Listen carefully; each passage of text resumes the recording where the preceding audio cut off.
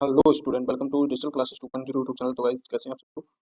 आज हम कल्पित माध्य विधि जो क्लास 10th का लेक्चर है सांख्यिकी में, उसको हम सॉल्व करेंगे। कल्पित माध्य विधि से हम समांतर माध्य निकालेंगे।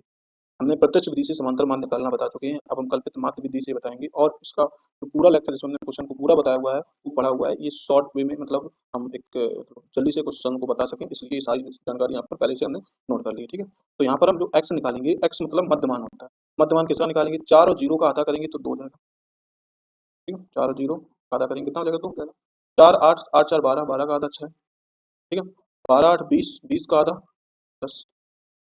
ठीक, और इसके बाद में यहाँ पर 16 12, 16 12 28, 28 का आधा 14, और 20 और 16 36, 36 का आधा 18। ठीक, अब इस जो ये एक्स वाली लाइन है, इसमें हम एक मान को एज्यूम करेंगे, क्योंकि एज्यूम मीन मेथड है।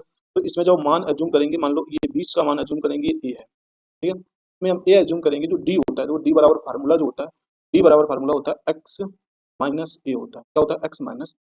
तो x माइनस ए करोगे तो x की वैल्यू 2, a की वैल्यू 10। a की वैल्यू फिक्स है मेरे पास में। ठीक है, तो x वैल्यू 2, a की वैल्यू 10। 2 में से 10 घटाओगे तो माइनस का 8, 6 में से 10 घटाओगे तो माइनस का 4, 10 में से 10 को घटाओगे तो 0, 14 में से 10 को घटाओगे 4, और 18 में से 10 को घटाओगे तो, ठीक है।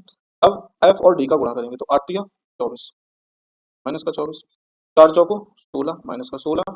ठीक, 0 का 5 गुणा करेंगे तो 0, 4 4 छंग 24, और 8 दूनी 16। देखो, अगर इसमें देखो कि 24 24 तो कट गए, माइनस का प्लस का खत्म हो गया, तो ये 16 और 16 भी कट गए, ये भी माइनस प्लस का। तो मेरे पास में जो सिग्मा एफ डी आया है वो शून्य आया। क्या आया, शून्य। और यहाँ पे जो मेरे पास में सिग्मा एफ आया है, उसको ध्यान से एक बार देख लीजिएगा। 4 3 7, 7 5 12, 12 2 14, 14 और 6 20।